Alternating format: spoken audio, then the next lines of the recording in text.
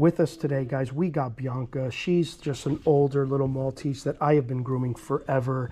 And you can see here that Bianca has all clear nails. So unlike our last video where there was a couple of clear nails and a lot of darker nails, or our past video where all the nails are black, we have all clear nails, which may seem like somewhat of an advantage, but I'm here to tell you that looks could be deceiving, okay? The vein is not always where you think it is. And I'm gonna explain to you why that is. Okay, guys, so I'm gonna draw a nail for you and try and demonstrate what we're looking at here, okay? All right, so let's just say that like this is the nail, okay? All right. And let's say that this is the vein of the nail, all right? So this is how the vein runs through the nail, right? Okay, notice how it comes to like this point. And this isn't gonna be true on all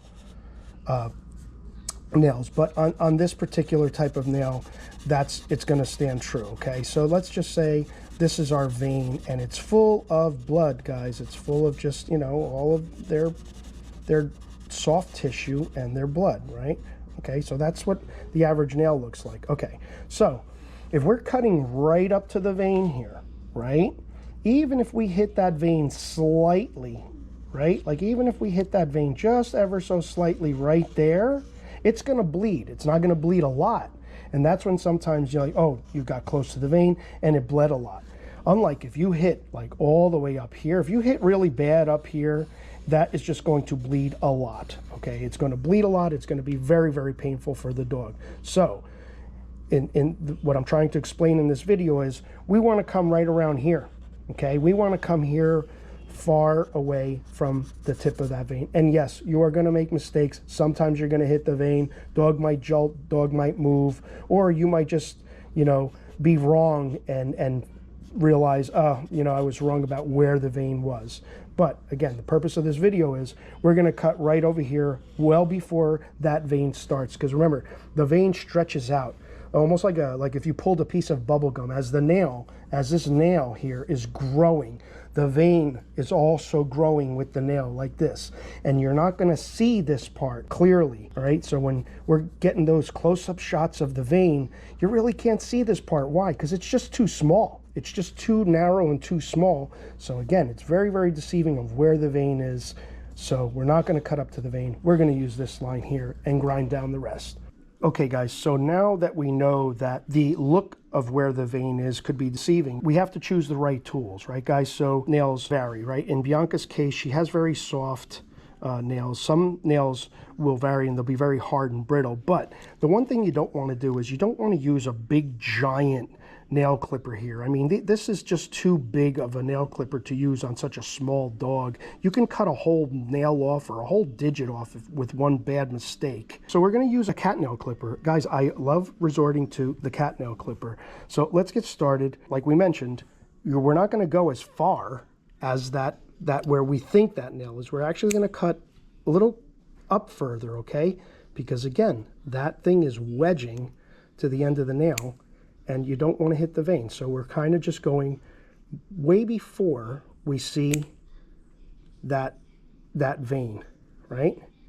And then what we're going to do is we're going to go ahead and we're going to hit that with a grinder, and that way we'll get that sharp edge off and we'll get them back a little further. But that's all we're going to do. So you could see the difference right there, and we're ahead of the vein, right, guys? We're not right up against the vein. Don't make the mistake of trying to go too close. And then you're going to hit the vein and you're going to make them bleed and they're going to feel pain. You want to avoid that on all costs. You can see where on the back nails, the vein is much, much closer, right? See that one? That one's getting worn down a lot. This one, not so much. This outer one, not so much. But again, I'm just gonna tip. Look at that, just a tiny little tip. See that little tiny tip? That's all we're doing on that, guys.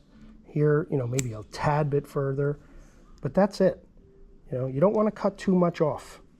You just don't wanna cut too much off. You wanna cut well before the vein and grind down the rest. So you can see where that vein is on this dew here. It's way up high there. But again, we're not going all the way up there. We're going right there. Okay, we're just going a little bit before that. Okay, you know, we're just gonna reposition her. It's okay, Bianca. And again, guys, just not up to the vein, just before. Good girl, Bianca. One more, baby, one more. Good, and there you go. This one shows a prime example of it because you see, we're not near that vein. See that? So now I'm going to go ahead and hit it with the grinder, and I'm using the Andis cordless grinder. Guys, this does not get hot. The beauty of this is that it just doesn't get hot because it's got a fine grit stone on it.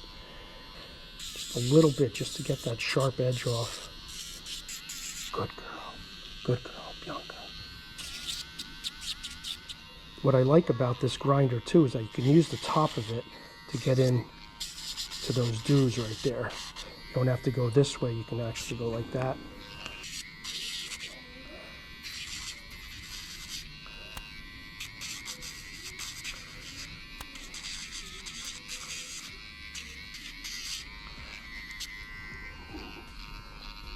There you go, guys.